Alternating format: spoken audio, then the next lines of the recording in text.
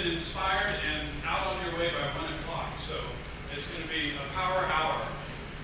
So RevTech Ventures is where you're visiting today. We're a venture capital firm founded about 10 years ago. We've invested in over 50 companies to date. Where we invest is very early in very young companies that are in their infancy and companies that are affecting the way consumers learn about and shop and purchase products in the marketplace. So everything that makes the shopper experience easier and better and more fulfilling is what we focus on. So if maybe you've noticed in like a retail setting of having delivery to you or more automation in the store, making the inventory, fill the shelves more efficiently, the way customers are communicated with, all these different types of technologies we invest in. And I'm happy to say, even though we're a tiny firm right here in downtown Dallas, next door to you guys at El Centro, we've funded over 50 companies to date, and these companies, as a group, have now raised over $1 billion of growth capital. And yeah, it's a lot. We plant some tiny seeds, and some of them grow into big trees. And these companies employ well over 1,000 people today. Several of them are right here in Dallas or close by in Austin, and a few others are sprinkled all over the place. But I started out as an entrepreneur like you guys are maybe aspiring to, and just in a nutshell, my story is I was a student just starting at SMU here, and something bad happened. My car was stolen. My car was stolen. But what's bad is sometimes there's a silver lining. I got a $9,000 insurance check for that car, and me and a couple guys from Ukraine started an audiovisual services company here called Telecom, and we used my $9,000 to go shop at the bankruptcy auction of a competing AV company that was going out of business. This was a recession, kind of like what we're sort of in now. So it was a bad time for the big established players, and it was a great time for the young, hungry player that wanted to break into the marketplace. We used that $9,000 and got about $250,000 worth of sound, video, lighting, screens, all that kind of stuff. And we were in business. And that company over the next 5 years scaled to over $20 million in revenue, offices in every major city in Texas, and over 150 employees at its peak. And then at my exit of that company, I got into venture capital, which is what I've been doing ever since. So I hope that kind of triggers something with you. I hope your car doesn't get stolen to start. But just to say, $9,000 in an idea can get you a long ways if you have a great idea. So the purpose of today is I have this space here. I do a lot of stuff with like UT Dallas, SMU, UNT, Texas A&M. And I started thinking, well, here's El Centro right next door, our neighbors. Why don't we do anything with El Centro? And then I kind of looked and you know what you do when you want to connect into something, you go to LinkedIn, right? And like, who do I know that knows somebody at El Centro? And it turns out that your new president, Mr. Bradford Williams, and I have a mutual friend up in Oklahoma that connected us. And we had breakfast one morning and said, I have a space and I'm a venture capital firm and I'd love to do something to help support entrepreneurs at El Centro. He said, well, we have a brand new forming entrepreneur club. And here it is. I think this is your first event of your new entrepreneur club. And Bradford, I don't know if you want to say anything. I was going to give it to Martin. I wanted to have Martin tell us about the club. That's exactly right. So that's how things happen, right? One person knows another person. Next thing you know, we're sitting here realizing that it took $9,000 to get a dream off the ground. You know what I mean? Crazy stuff happens. But it happens when good people come together and just talk and trade ideas. So cool stories in here. Martin, if you come on up. So Martin absolutely loves public speaking. So we'll give him the mic now to kind of start us off. But man, congratulations on this. I told him when we came over here this morning, we don't keep score by how many people come to the first day of anything. We celebrate the fact this is the first of its kind in the West End Association. We got them here, we got RevTech here, we got El Centro here. This is the beginning of hopefully a platform that can launch a whole bunch of entrepreneurs in partnership with our business programs. And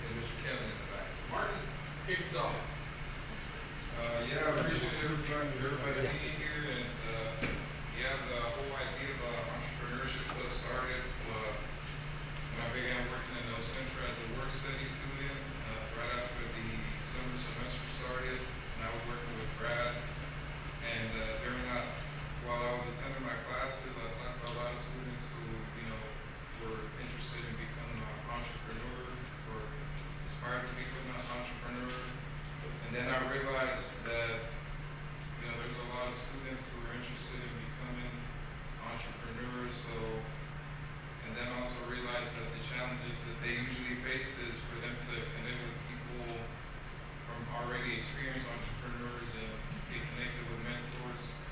So yeah, my vision is mostly for the club is to connect those aspiring entrepreneurs with the ones that are already experienced and bridge that gap. So that's why we're doing these type of events to get that going. And yeah, that's pretty much it. And I'm happy to introduce our guest speaker, Andres Ruzo, the CEO of LinkAmerica. So, yeah. Oh, let me do that. Let me tee him up. You just met him. Martin, fabulous job. And hats off to you. And way to go for getting some of your fellow students here. So, show of hands, how many are affiliated with Centro College in the room? Good, about half the room. Now, how many are RevTech mentors in the room? Raise your hand. Well, about a third of the room. So, this is excellent. This is a perfect opportunity after we wrap up for some mentor entrepreneur connections to happen. It's my real honor to introduce my friend Andres Ruzo. Andres and I met probably over 20 years ago through an outfit called EO. It used to be YEO, Young Entrepreneurs Organization, and Andres and me and thousands of others. You had to be an owner of a business doing at least $1 million revenues, the qualification to get an EO then, and I think still is today. At some point they dropped the Y because Andres and I and others started getting older. But that's how we met, through EO. It's a great peer-to-peer learning organization where we learn from each other. But to get to $1 million, I mean, you've got Centro students that are doing it. I just saw this in the paper a couple weeks ago. A woman went through your culinary program and has a bakery now doing well over $1 million revenue, making lots of croissants. It can happen. You guys can launch something and it can take off. Well, Andres has done that in serial fashion. Today, he has over 18 companies that he manages in Dallas and in Central America and in South America. So he's got a lot of irons in the fire, things going. And over the years, he's created many companies and created many, many jobs. So I think you're going to get a lot of information and inspiration from Andres. So Andres, thank you so much for doing this today. And come share some of your wisdom with us. Thank you. Thank you, Dave. I have total respect for Dave because he not only is a very smart guy, but he has the heart in the right place. And that combination is really powerful because he does bring a life with purpose, right? And him and I connected from that. Yes, I started in EO, and that's how I met him 20 years ago. So thank you so much to you and to RevTech, to El Centro for doing this. I think it's critical that our people get messages from entrepreneurs, and I see other peers on this room that could have similar stories. But at the end of the day, it's a story of growth, a story of success, and a story of failure, and a story of pain too, right? So I'm going to start by saying who I am. I'm going to try to speak for 15 minutes in terms of my story, how did I get here? And then the next 15 minutes, I'm going to talk about where am I going? And then we're going to open up for questions so that we can exchange knowledge and information. So I'm Andres Ruzo. I'm Peruvian by birth and Texan by choice. I'm a happy Dallasite for the last 40 years. I'm 61. I came here in 1980 to study at Texas A&M University. I'm an engineer, industrial engineer. I knew nothing about Texas A&M. It's not like the kids of today that they come with their parents. Is the room big enough for you? Is the furniture good? You know, it was like, I didn't even know where College Station was, you know, so. But the story is, my country was going through a bad time with the shining path, and I had to decide to stay here, and I did everything in my power to stay in the States. Fast forward, you know, I started, I was a carpenter at that time. I came with 2 bags and a dream. America was the land of opportunity and the land of the sky is the limit, right? And I knew that. And I did everything I could to stay. They gave me a practical training visa for 6 months. But nobody wanted to hire me because for 6 months they trained you and then you're not productive. So I said, I have to figure out a way to stay. So yes, I did. I sold my car that I bought with my work, and I found a company. It was a startup in Honduras that they were doing oil exploration, and they paid me $50 a week as an engineer. They gave me a house with 4 other guys, and a beaten up Toyota to move. So I got that because I had no other choice to do it. And in reality, if I fast forward to today, I've started more than 40 companies. I stopped counting when I got to 40. And it's been an incredible roller coaster, but beautiful, right? With high purpose, high value, high impact now especially. So Peruvian by birth, Texan by choice. I come to LinkAmerica is my biggest horse. We've done over $2.5 billion in sales in the last 28 years. I started LinkAmerica in 1994. But before LinkAmerica, which was my 18th try, there were 17, right? Some of them were just DBAs, some of them were companies. And I was looking for a large ticket item, repetitive sales and no competition, which is sometimes hard to find.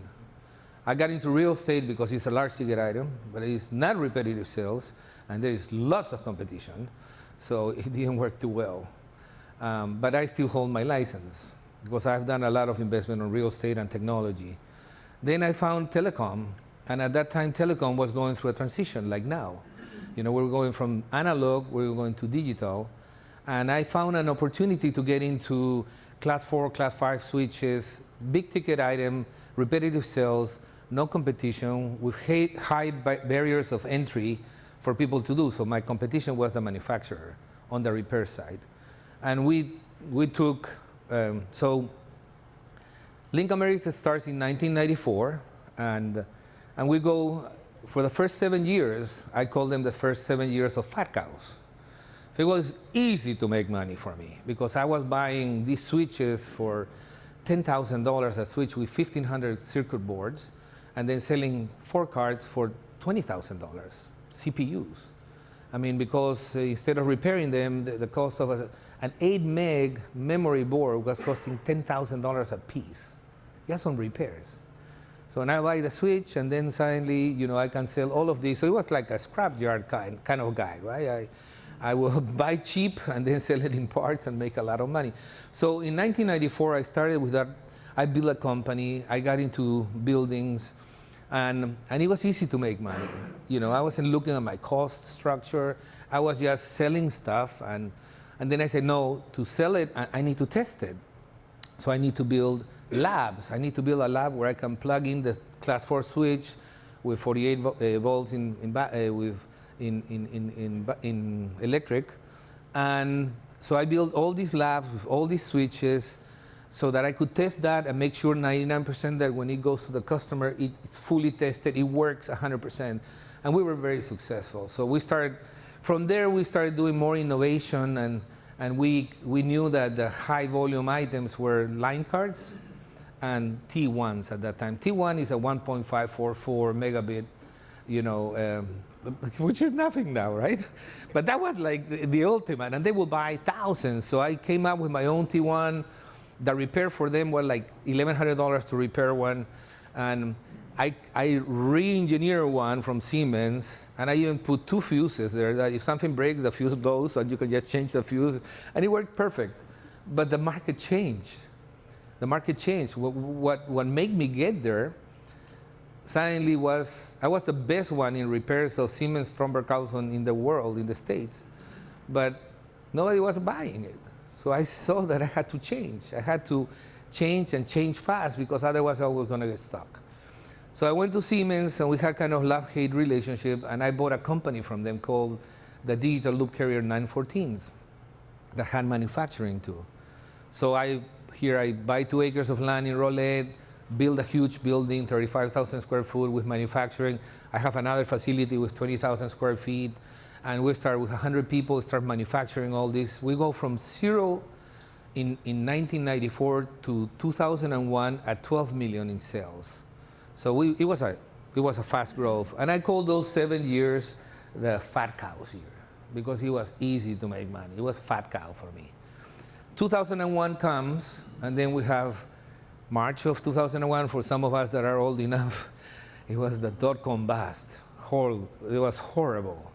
And then 9/11 in September was even worse. People were scared, nobody was buying. So I start 7 years again, and I call it like that because it's kind of prophetic, but it has happened to me. Every 7 years I have a big change. So I went from fat cows to skinny cows, right? So skinny cows, I didn't have any money. I had 4 buildings. I had 100 people in manufacturing and in-circuit testing machines and through-hole and surface mounted. And I had 100% manufacturing business, no services.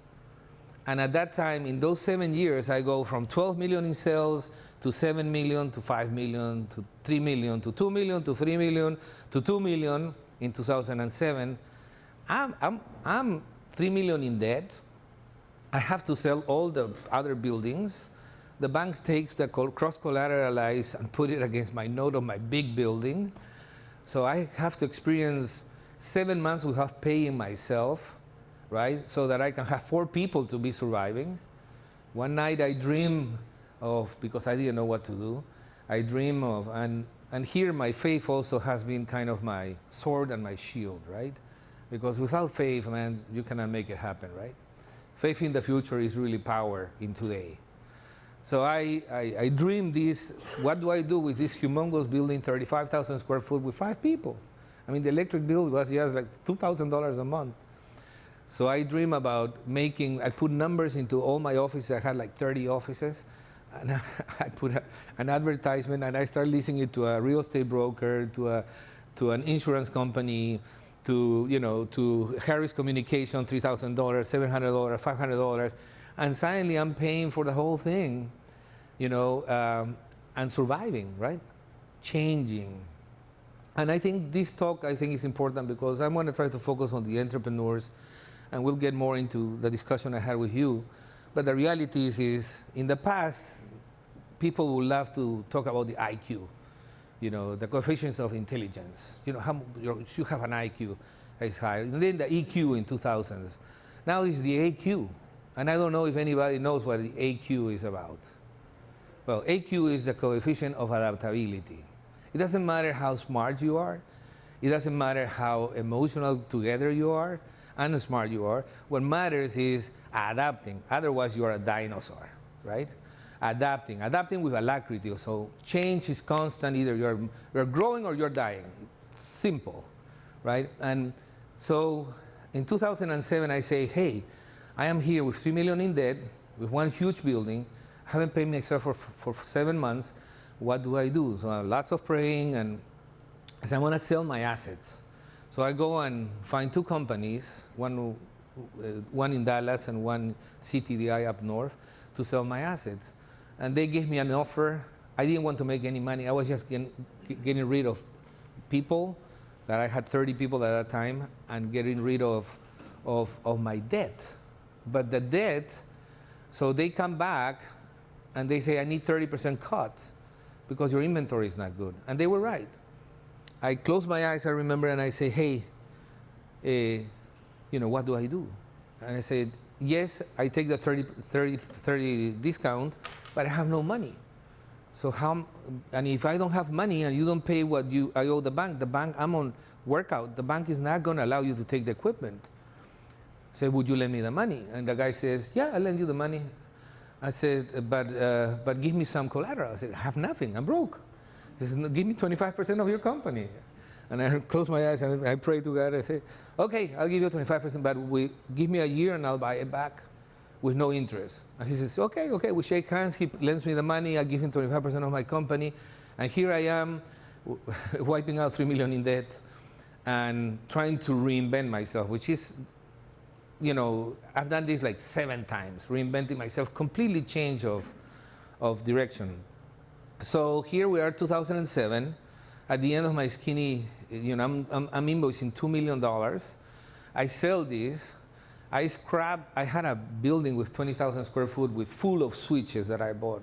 I scrapped like hundreds and hundreds of circuit boards. I make like $400,000 just on gold, and sending it to China. So I was trying to make it meet and survive. I go from 4 buildings to 1. I go from 100 people to 5 with me. And I go 100% equipment to 100% services, which is two different businesses completely, right? One is people. The other one, you press a button and you have 1,000 of these or 10,000 of these. So all those changes happen. And then in 2008, I put my business plan together. I have a company, Brightstar, that wants to buy 35% of my company. And they're the largest Hispanic-owned company at that time, 11 billion. And I called the guy, CTDI, I said, hey, Larry, I want to buy back earlier my stock. And they say, really, why? Because I'm selling 35%. I said, I'm interested. This is 2008 August, guys. Okay, August of 2008. You know what happened in 2008 October, right? So August, September. So I'm in negotiation with the other guys that give me a letter of intent. They disappear. And then the other guys come so strong that in 30 days they give me a $15 million line of credit and $1 million. I buy the 25% back, and I sell them 45% for $1 million plus the 15 million line of credit. And I start with this new plan. So I go from 2 million in sales to 12 million in sales to 39 million in sales to 115 million to 215 million in 4 years. So I had an exponential growth. And it was interesting because I called my first 7 years fat cows, second 7 years skinny cows. I was going to call it lean bulls because I didn't want any people. I don't want to have people here, right? And I ended up calling holy cows because holy cow, shit, I couldn't believe I can go from 2 million to 215 million. So LinkAmerica became the fastest growing company in the US in the Hispanic market, 3.2 million businesses, and number 66 in the Inc. 500. So suddenly, I'm sitting here, writing, selling hundreds of millions a year. And at that time also, I started other companies, I started incubating companies.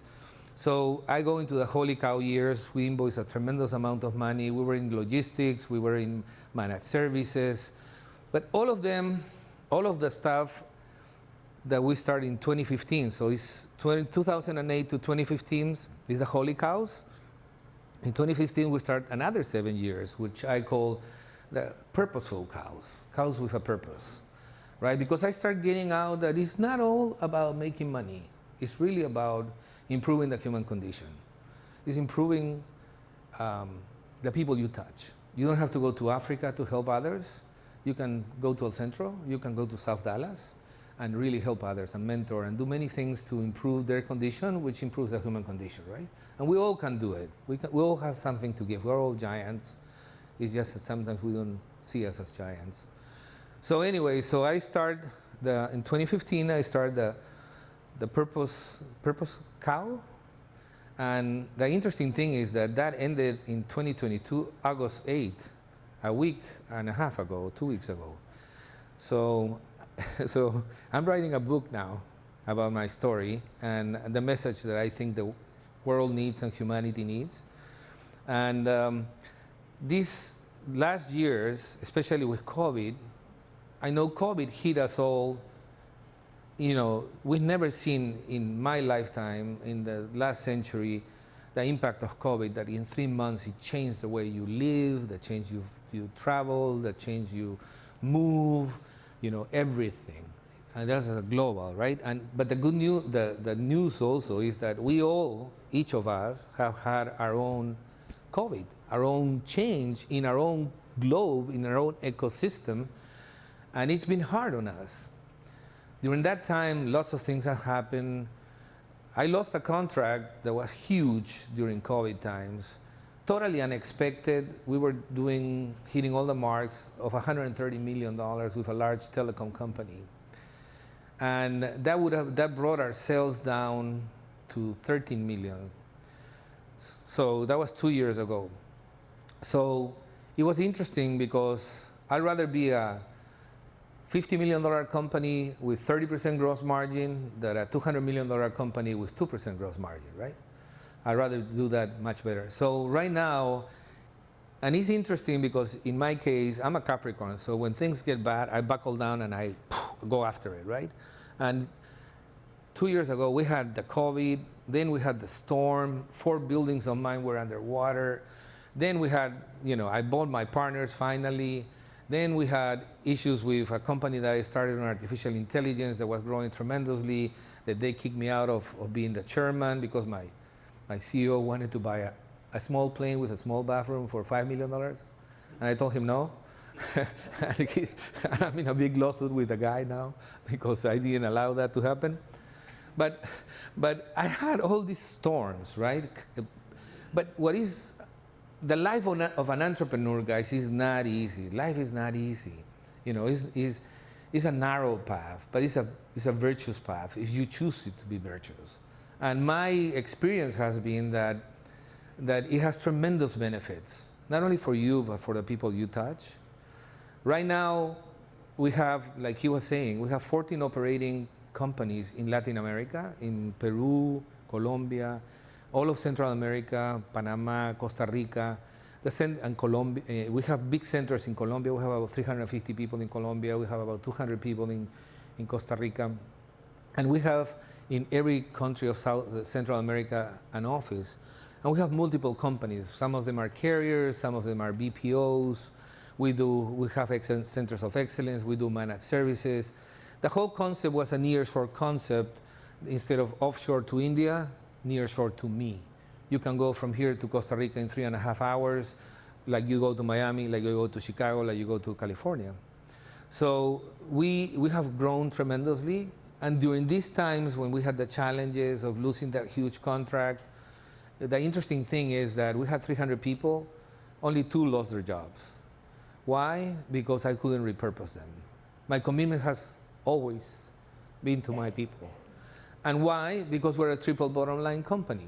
What's a triple bottom line? This is some of the terms that I'm going to share with you because the World Economic Forum, which I was a member as a global growth company, put them, right? So triple bottom line is first people, second planet, and lastly profit. If you do the first 2 well, you're going to make a profit. And that's the kind of consciousness that the world needs now, that the world is yearning for in this stage, right? We are yearning for people that have consciousness. We don't penalize for people throwing garbage. We should penalize for people building garbage, designing garbage. The new entrepreneurs that are designing stuff should think about a circular economy from the get-go, right? So that we can take care of Mother Nature and the benefits of living in this beautiful world. So people, first, treat them with respect, treat them with dignity, pay them well, certify them, educate them, help them become the best version of themselves. Plan it, treat it with respect. If you make a mess, clean it up, right? Leave it better for the guy behind. That's what the ants and the bees and the termites do. They improve everything they touch. We don't, right? So anyways, we are in a stage now that in this purposeful cause, I got into education. I knew nothing about education. And I said, you know what? Education has double purpose and triple impact.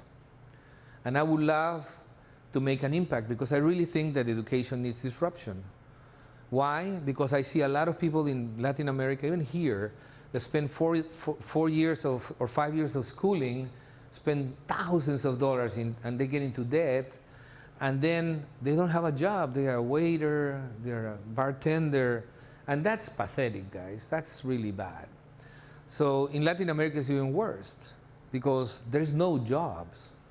They go out and they don't find a job, not even as a bartender. They don't find a job. So here, high debt, and that feeds revolution, right? Because something has to give. The system is not working. So what we propose, so first I started with we bought a piece of land that had a school with 90 kids, an elementary school.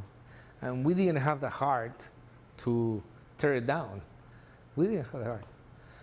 So we went for the school. Now we're doing high school. We have up to 11th grade. It's been 4 years ago, but then another school shut down and we moved people.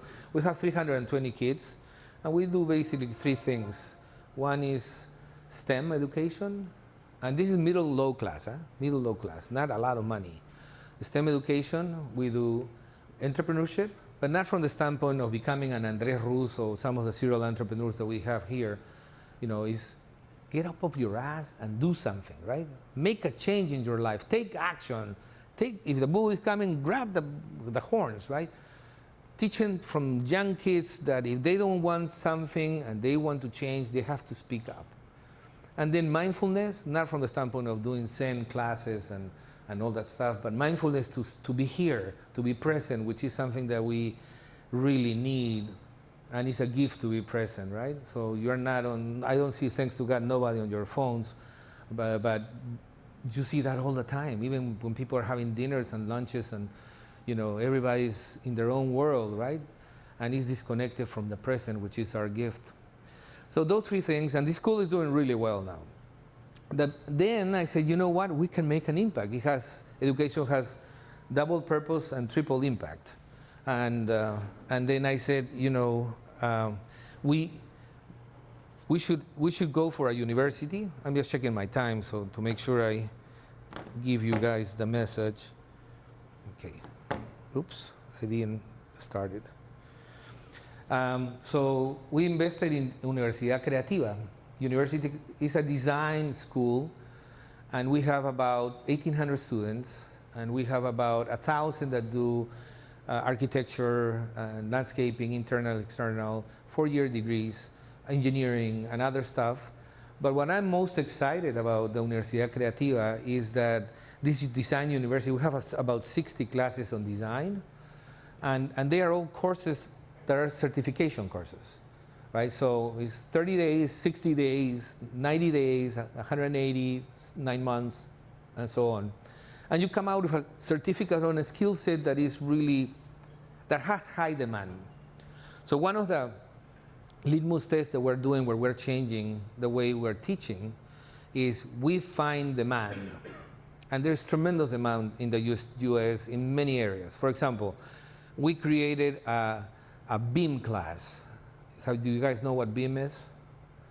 Building Information Materials, Okay, so it's a software like, it's called Revit or AutoCAD version 3 that enables you to, when you design something, it tells you how many screws, how many 2x4s, it tells you the whole thing, and it budgets you everything at once and gives you intelligence in terms of what you're doing. And it's what is the new standard that the US has decided to apply for all their buildings in the next 5 years, right? So huge demand, they don't find workers. So what is happening is if you're a BIM guy, this guy pays you $10 more an hour, you move. And then, so they're experiencing all this movement, horizontal movement from the standpoint of businesses that is not helping their business. So we said, what if, so we went to the demand. First, we have graduated about 320 of them. All of them have a job in Costa Rica, which is huge, right?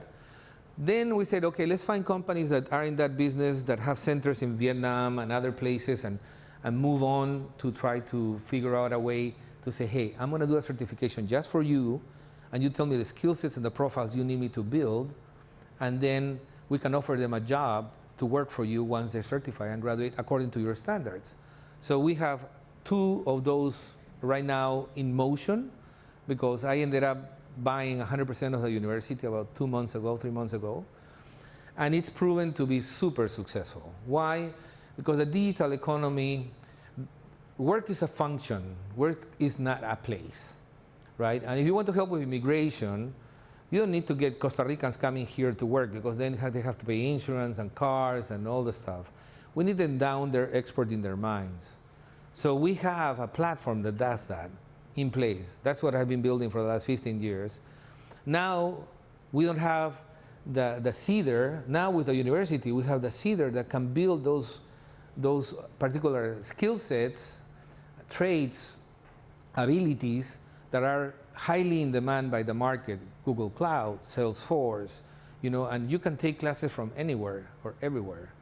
So that's kind of the direction we're moving, and we're making a huge impact. And now we're moving into saying to the guys, you spend $1,000 for 6 months, you have a job guaranteed if you pass these tests and all these things, of course, right?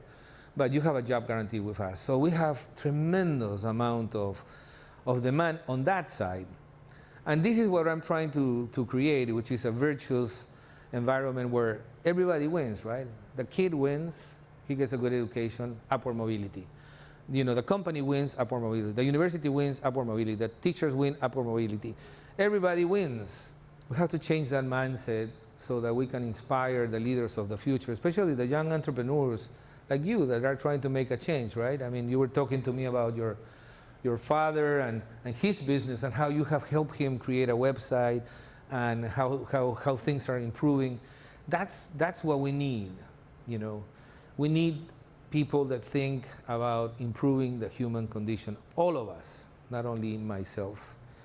I don't know how am I doing with time, because I want to make sure. We got about 30 minutes. 30 minutes, because I would love to open it for questions and answers. So anyway, so here we are with Universidad Creativa. So I've called these next 7 years the sacred cows, because I feel that I'm touching into something that is sacred to me. And it's interesting because I get a ring of truth when I say that, right? So I kind of break down inside and say, hey, you're on the right path. And how do I know I'm in the right path? It's because I'm flowing, right? In the States, many years ago when I came in, I wanted to be the chairman of the board of the Hispanic Chamber, and then the national chairman, and in this board, and on that board, and in the economic forum, and I push. Lots of effort, right? Lots of effort. I don't do that anymore. I'm pulling for the universe. The universe is conspiring to help me, like Paolo Coelho says, right? It's conspiring to help me. And it's not only me, it's all of you, each of you. It's conspiring to help you, everybody. But we have to have the antennas on. We have to listen, right? We have to be open. We have to be present to be able to connect to those benefits. And part of my purpose is to give that message to the world. That's what I received, that I have to write a book. Yes? Okay. So a lot of questions, but I would say you said a lot of good stuff I want to talk about, but I think one of my first questions would be, you mentioned you have students, you got students, and you're employing students, you're educating students, you're equipping them with skills. I would say working and advising at El Centro, a lot of kids come in not knowing what to do. They want to do something, but they're not really sure exactly what they want to do. So, thanks to Martin, I appreciate Martin even putting this together, but do you have any plans, I guess, to give some type of direction to students at El Centro? Well, that's a great question for the El Centro people, because, and I totally, what you just told me, I hear it everywhere. Not only here, I see it in Costa Rica, here in Peru. How can I don't know the how. Show me the how. Show me the where I should go. Where should I put my time and effort where I can have upward mobility, right? You want to know that whatever you study and spend your time and money, you're going to have something back, which is a job, which is dollars per hour or whatever, right? So that's something that El Centro will have to respond, because I don't know what El Centro is doing. But what we're doing, where we're making an impact, is I am bringing the demand from the US into Costa Rica, and we're building that demand. Right now, for example, we're talking about, with the government, to do 1,000 people trained on metaverse. And I'm not sold on metaverse, okay? But it's a reality. I'm not sold at all on metaverse, but it's a reality. They need to build universities. I mean, there's people that want to go to a university through the metaverse. And you buy the land, and you build a building, and you're gonna need laborers to do that virtually. So we're trying to participate there with a lot of trying to figure out the strategy. We don't know exactly how, but that's high demand. So if you let the demand do that, if you learn the skill and you're certified for that demand, then it's easier for you to really find a path to do economic benefit, which is what we study for. That's what we learn. We learn to improve our lives, guys. I mean, that's the bottom line, right? So you mentioned you mentioned improving the quality of life, improving the standard of life. You know, that's one of the main goals in economics is to improve the standard of living in the most efficient way possible. So speaking more so for myself, you know, I want to be a businessman. I like to travel. I want to learn different languages. And the students that you have you taught any of them how to be more proficient in the English language or the Spanish language? Oh, absolutely. Yes. In fact, I was talking to Joe May before. I mean, Joe May was the big guy right here. And before he left, he was coming with me to Costa Rica because we wanted to do some interchange with them. And next summer, for example, we have 3 classes that we're doing where you can come and you go to the rainforest. It's photography and video. But we not only do that, we do gaming for the internet. We do design on fashion design. We do interior design. We do exterior design. We do 60 different certifications on design of everything, because design is front and center. I mean, look at Apple.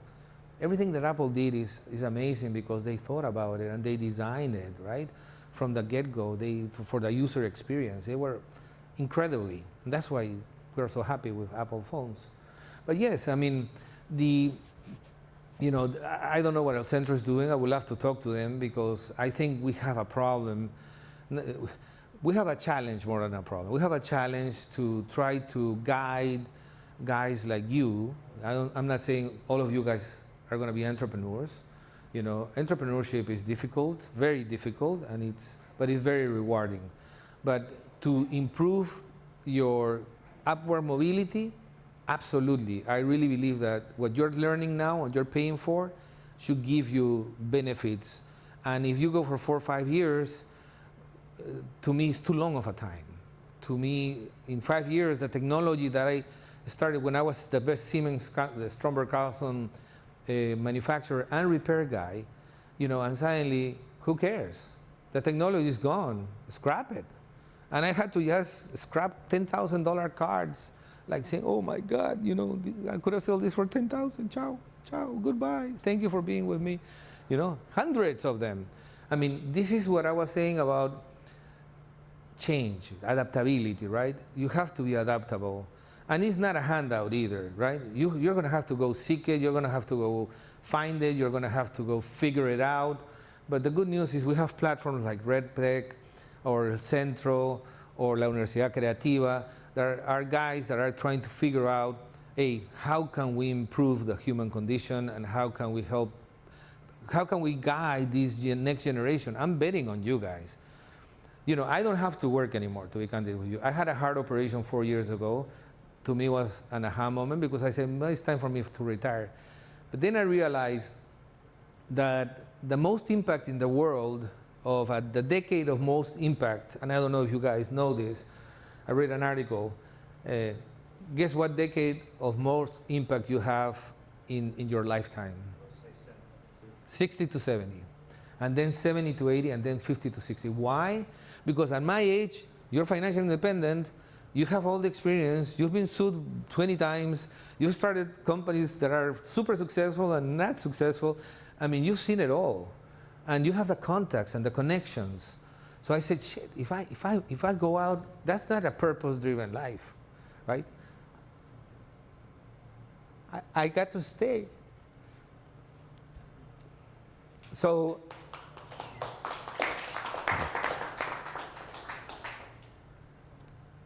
and I do it because of our grandkids. I have 6 grandkids. And let me tell you, those kids are going to inherit $3 trillion of debt that I don't know how they're going to pay. And it's super difficult right now, right? I mean, we all know that. So to try to affect change, this is the best way I can do. That's what I'm fully focused in the next 10 years into education, because I really believe that this is the way. It's a long-term play, but we can make it a short-term play. So people like you that have the aspiration and have to put the human effort, right? It's not for free. It's not a freebie, right? But we have to really change the way we think. Instead of living outside in, which we are all living, live inside out, right? Start from the inside. And maybe COVID has been the beginning of us to change the way we see, the way we do things, the way we think, the way we connect with people, and not seeing so much difference between you, no separation between you and me, or you and me, or me and nature, but to start connecting, because we're all together on this world. So, anyways, I don't know if I answered your question, but Yeah, I had. So when you're talking about this exponential growth, the 7-year increments, and then revenue, the annual revenue started going up really fast. Were you applying the same system, the same way of thinking every time, the annual revenue increased? Like, were you the system? Did you have to change your system? totally. It was to have a 25 people per company to go to 26 or 30. In the past, you had to change the whole PBX system because your PBX system only handled 25. So it's a complete reset and rethink, and that's where I was saying that embrace change with alacrity, because I didn't know that I had to change from 100% manufacturing to 100% services. I didn't know I had to, or I would perish like the dinosaur. The ability to be speaking in front of you guys as a successful entrepreneur is the ability that I have had in embracing change with alacrity. That's it, because change is constant. And then figuring it out. And now, thanks to God, and I was talking to Dave before, I have, he calls it generals, executives that I have. I have amazing executives that are drinking the same Kool-Aid that I drink, which is high purpose, high value, communication, value co-creation, innovation, and they are totally pumped up because every day we come to work, we're trying to figure out something new.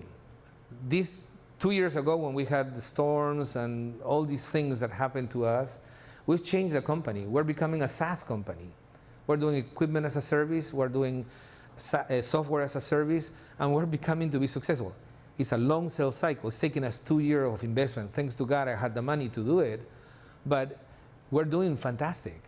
We're doing really well, but it's morphing again. It's morphing. We're morphing as situations happen. We morph, and we're not afraid of taking risks, which is important. But it's not a walk in the park. It's complicated. It's narrow. It's a narrow path that each of us can do for improving your human condition and others. Yes, sir. Hey, Andres, could you go back to 1994 and just share with us that spark of that thinking process that led to starting your first company? Well, it wasn't your first company. Well, it was. It wasn't. It wasn't. That's true. What was the spark in your thought process? This is something I'm going to do and build. Well, it was interesting because when I came here, in my country, my mother was the Julia Childs of Peru. My grandfather was the mayor of the city. I mean, everybody knew my last name. A couple stopped me and said, "Oh, Mr. Russo, don't worry, don't go." Here, I was a Social Security. So that was a first shock for me. I was just a number, and nobody paid attention, right? So when I decided to stay, I went from really bad to not so bad to bad to it's okay to not so good. It took me 17 times to figure out really what it takes in the States to build something that has high value and high impact. So when I got to LinkAmerica, I really, I saw this opportunity, and it was really a miracle because I was working with a guy that I was supposed to be buying part of his company. And then when he saw the checks coming and paying me $30,000 checks in 1992, 91, because I was bringing $4 million in sales, his hand will shake. He didn't like it. It was all nice when we cut the deal, and it was a straight commission, and he had nothing. But when the numbers were huge, he didn't like it. But he was making 300. I was making 30. So it was LinkAmerica came out of that. So I bought my non-compete from them, and I went on my own, and I had 6 months of salary and insurance. I had 3 kids. I was living in Garland, and And it was interesting because in 1 month before the insurance runs out and the money runs out, my wife tells me I'm pregnant. I said, oh shit. I said, God must trust me because I don't trust myself. I'm here. I'm going to die here. So she tells me I'm pregnant. So I go to GTE at that time in Garland, and I'm walking out. The guy who was going to see me is too busy. He says, come tomorrow. And then walking out, I find this general manager of the repair center, Ron Throw, and he says, Andres, how are you? I know you're not working with ICBS. I said, it didn't work out. What are you doing? Well, I'm doing an upgrade for 17 release on Siemens Switch. Can you help me? I said, absolutely, I can help you. So I found the parts. I sold him the upgrade like for $60,000. It cost me like $15,000. So I made $45,000 in 30 days. And the rest is history because I started buying everything. Right? I didn't have any money, but people trust me because I've always tried to do the right thing. And then I bought 3 switches from Fort Bend Telephone Company, and they wanted $100,000. I said, I'll pay them to you, but I don't have the money. I said, can I put a deposit of $10,000, which I made from the other deal? I said, yeah. And then can your central office supervisor send cards to areas to customers and test them before that? I said, yeah. So they pay for the electric bills. They pay for the central office supervisor to send. So I started sending cards. I made a lot of money, made like $400,000. And then with that money, I started putting the lab to test the products inside because I started seeing so my story has been a story of excellence all the time. I mean, every time, in fact, my guys call me the Lemonade Man. And I didn't come dressed out as a Lemonade Man. I have a cartoon that they created for me. And my wife stitched it. But it's basically life gives you lemons, you make lemonade, right? And in my board, I came dressed up as a Lemonade Man one day 2 years ago. And then I sent them home bun cakes of lemon, right? So I said, we're not only going to make lemonades, we're going to make margaritas, we're going to make pisco sours, we're going to make bun cakes of lemon, we're going to make cheesecakes of lemon. And that's what we're doing. We're doing all these different things, but that's how LinkAmerica started in 1994. Great story. Yes, sir. So how did you manage early fear?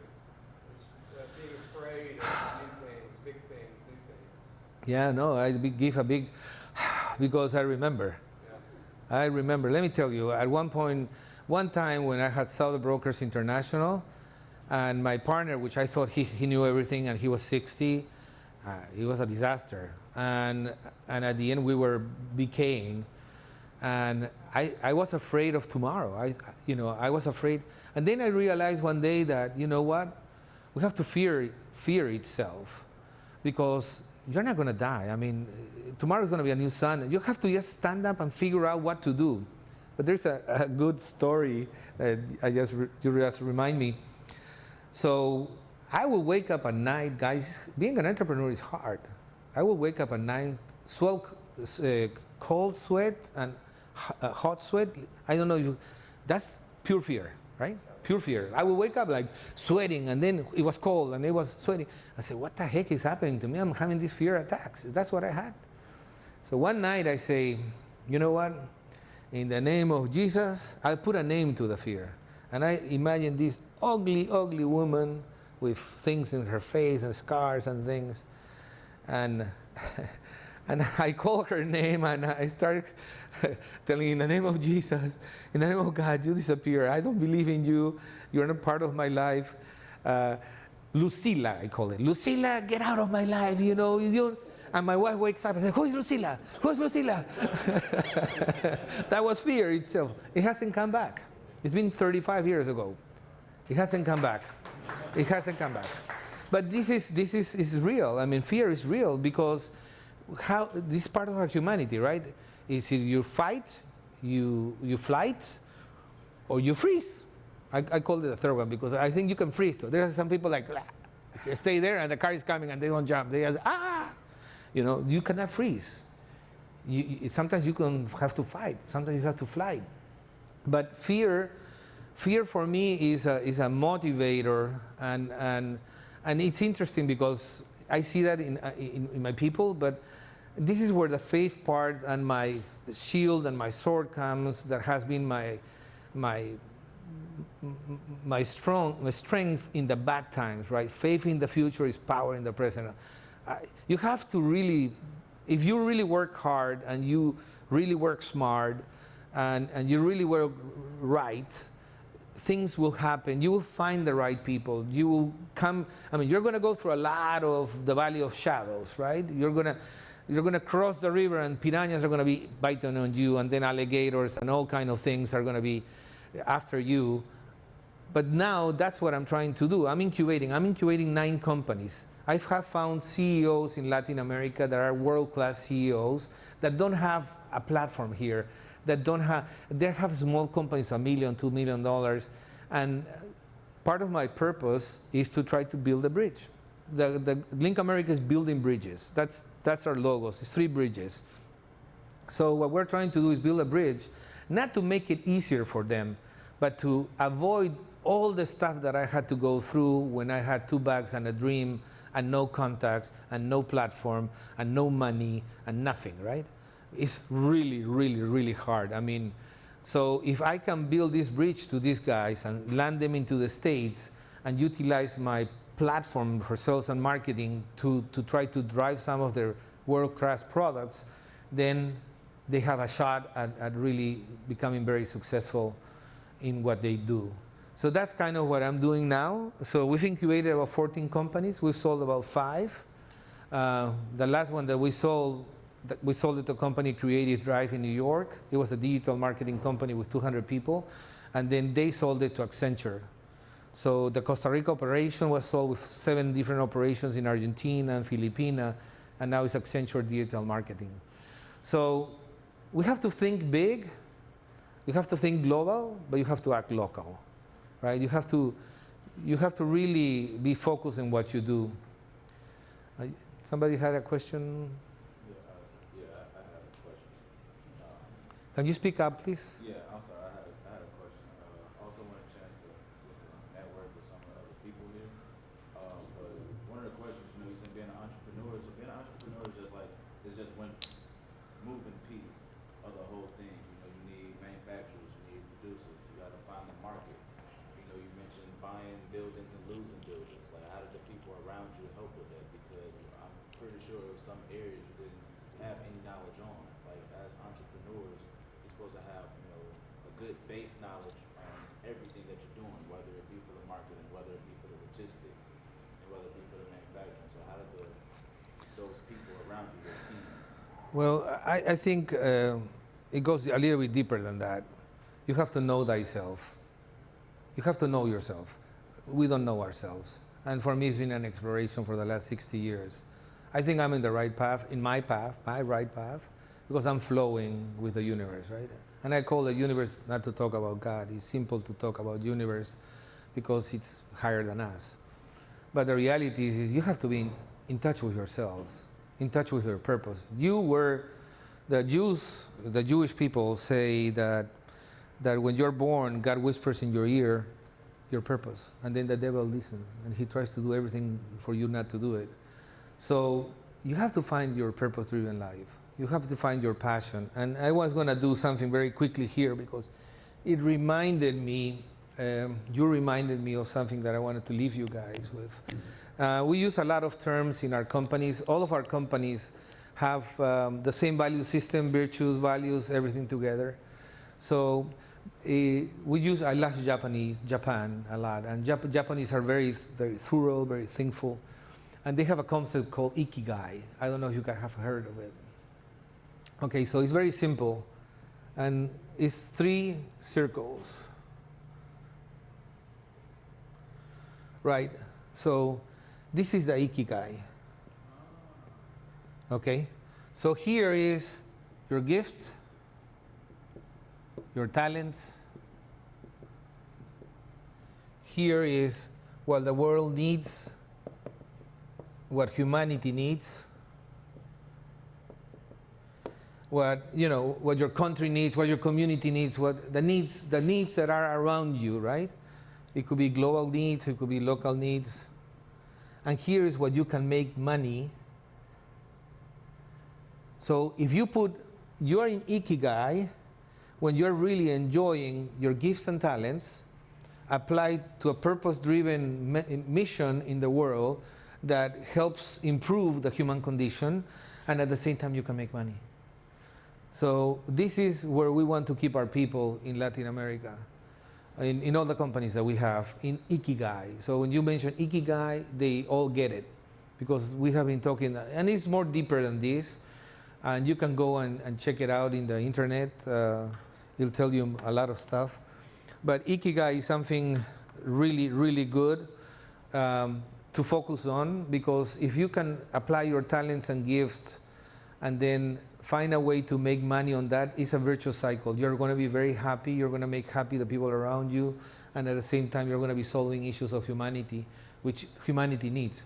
Humanity needs consciousness of all of us, not you, all of us. We're all connected. We're all on this together, guys. So we need to help heal the world somehow, and on our communities starting. Maybe one more question, and we should wrap. But that's a pretty high note. Yes, sir.